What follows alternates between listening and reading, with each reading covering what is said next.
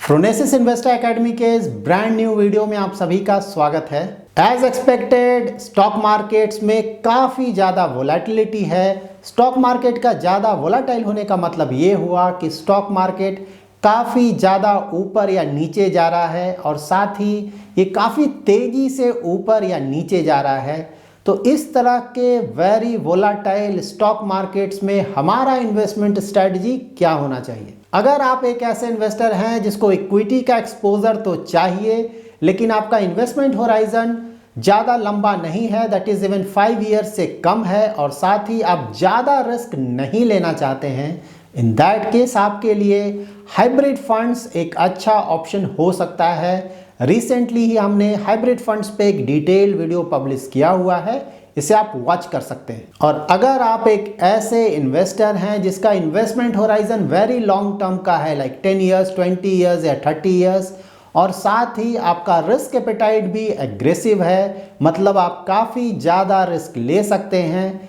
In that case आपके लिए equity mutual funds एक अच्छा ऑप्शन हो सकता है। जब भी स्टॉक मार्केट्स ज़्यादा तेज़ी से नीचे जाता है तो मोस्टली मिड कैप और स्मॉल कैप के स्टॉक्स ज़्यादा करेक्ट होते हैं, जबकि लार्ज कैप के स्टॉक्स रिलेटिवली कम करेक्ट होते हैं। और साथ ही जब भी मार्केट में करेक्शन आता है तो ये लार्ज कैप के स्टॉक्स ही सबसे पहले रिकवर करते हैं।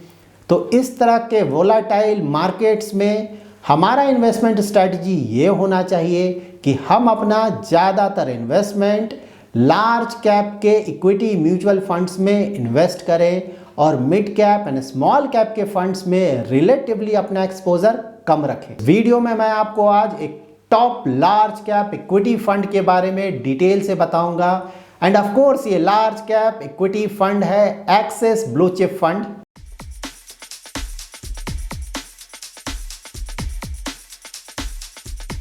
सबसे पहले हम एक्सिस ब्लू चिप फंड के बेसिक डिटेल्स और इन्वेस्टमेंट स्टाइल के बारे में जानेंगे।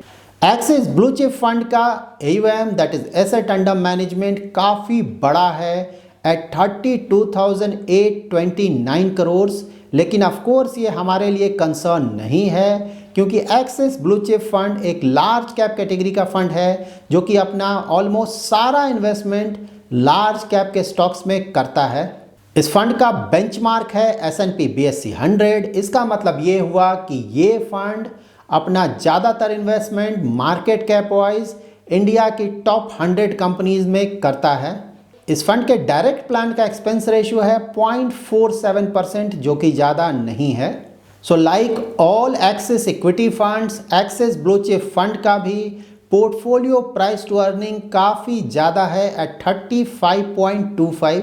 पोर्टफोलियो प्राइस टू अर्निंग ज़्यादा होने का मतलब ये हुआ कि ये फंड ग्रोथ स्ट्रैटेजी को फॉलो करता है, दैट इज़ ये फंड वैसे स्टॉक्स में अपना इन्वेस्टमेंट करता है जिनका ग्रोथ रेट काफ़ी ज़्यादा है, और इन हाई ग्रोथ कंपनीज़ का price to earning ratio generally काफ़ी ज़्यादा होता है।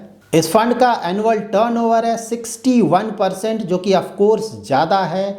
इसका मतलब ये हुआ कि ये फंड अपने पोर्टफोलियो में स्टॉक्स का ज़्यादा बाय एंड सेल कर रहा है। अगर कोई fund consistently over a long period of time अच्छा परफॉर्मेंस जनरेट कर रहा है तो उस फंड का अगर एनुअल टर्नओवर थोड़ा ज़्यादा भी है तो वो हमारे लिए कोई कंसर्न नहीं है।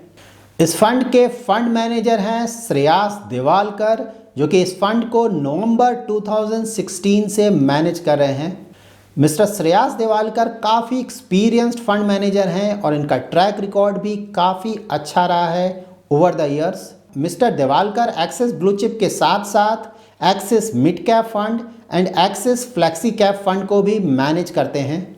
नाउ हम इस फंड का रिटर्न्स चेक करेंगे across 4 horizons, that is 1 year, 3 year, 5 year and 10 year with respect to its benchmark. 1 year में इस फंड ने अपने बेंचमार्क को बीट नहीं किया है, लेकिन 3 year, 5 year and 10 year horizon में इस फंड का परफॉर्मेंस काफ़ी अच्छा रहा है। नाम इस फंड का रिटर्न्स चेक करेंगे एज ऑन 1 अप्रैल 2020। ये वो पीरियड था जब इंडियन स्टॉक मार्केट्स में मेजर करेक्शन आया था because of corona pandemic. As on 1 April 2020 उस समय लास्ट 1 ईयर में अगर आप इसके बेंचमार्क का रिटर्न देखें तो बेंचमार्क काफ़ी ज़्यादा गिरा था और उसका रिटर्न्स था -28.30, जबकि axis blue chip fund relatively काफ़ी कम गिरा था और इसका रिटर्न्स था -10.61%। एंड साथ ही इस फंड का उस समय का 3 ईयर, 5 ईयर एंड 10 ईयर का रिटर्न्स भी काफ़ी अच्छा था as compared to its benchmark. Axis blue chip fund के उस समय के लास्ट 1 ईयर के रिटर्न से हमें ये पता चलता है कि जब स्टॉक मार्केट में मेजर करेक्शन आया था तो उस समय इस फंड ने काफ़ी अच्छा डाउनसाइड प्रोटेक्शन प्रोवाइड किया था। नाउ हम इस फंड का रिटर्न्स चेक करेंगे एज ऑन 1 जनवरी 2020। ये वो पीरियड था जब स्टॉक मार्केट्स में करेक्शन नहीं आया था बिकॉज ऑफ कोरोना पैंडेमिक। उस समय भी एक्सिस ब्लू चिप फंड का परफॉर्मेंस काफ़ी अच्छा था अक्रॉस ऑल होराइजन्स। इस फंड ने अपने बेंचमार्क को काफ़ी बड़े मार्जिन से बीट किया था। सो रिटर्न वाइज इस फंड का performance over the years consistently काफ़ी अच्छा रहा है।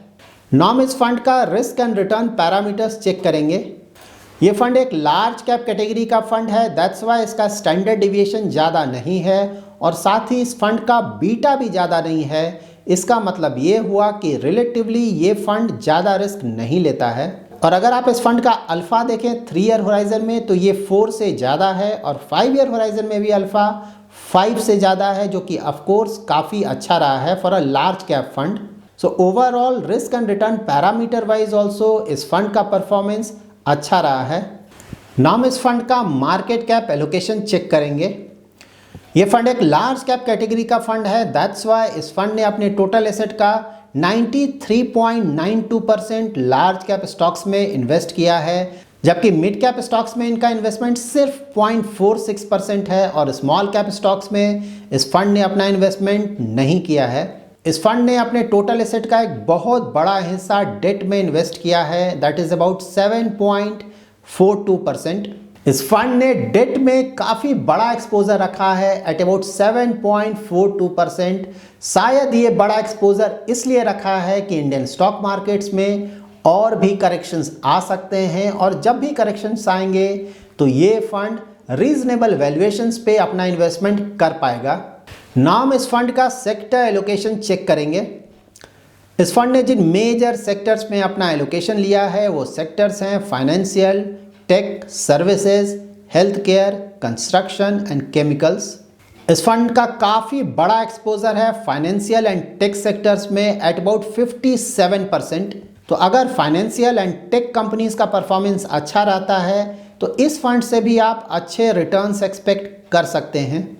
नाउ हम इस फंड का स्टॉक पोर्टफोलियो चेक करेंगे।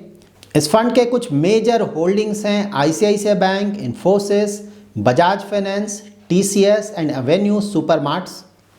इस फंड का स्टॉक पोर्टफोलियो काफ़ी ज़्यादा कॉन्सेंट्रेटेड है। इस फंड ने अपने टॉप 6 होल्डिंग में अपने टोटल एसेट का अबाउट 50% इन्वेस्ट किया है। इस फंड के टॉप होल्डिंग्स में जो भी स्टॉक्स हैं वो काफ़ी अच्छे क्वालिटी के स्टॉक्स हैं, ऑल्दो कुछ स्टॉक्स का वैल्यूएशन काफ़ी ज़्यादा है। So after this detailed analysis of axis blue chip fund ये क्वाइट क्लियर है कि पास्ट परफॉर्मेंस वाइज इस फंड का परफॉर्मेंस काफ़ी अच्छा रहा है, क्योंकि इस फंड ने consistently over a long period of time अपने बेंचमार्क को अच्छे मार्जिन से बीट किया है। इस फंड के मार्केट कैप एलोकेशन से हमें यह पता चला है कि इस फंड ने mid cap and small cap stocks में एक्सपोजर नहीं लिया है और साथ ही डेट में फिलहाल काफ़ी बड़ा एक्सपोजर रखा है। इस फंड का सेक्टर एंड स्टॉक पोर्टफोलियो काफ़ी ज़्यादा कॉन्सेंट्रेटेड है, क्योंकि ये फंड S&P BSE 100 के बेंचमार्क को फॉलो करता है। दैट्स वाई इस फंड का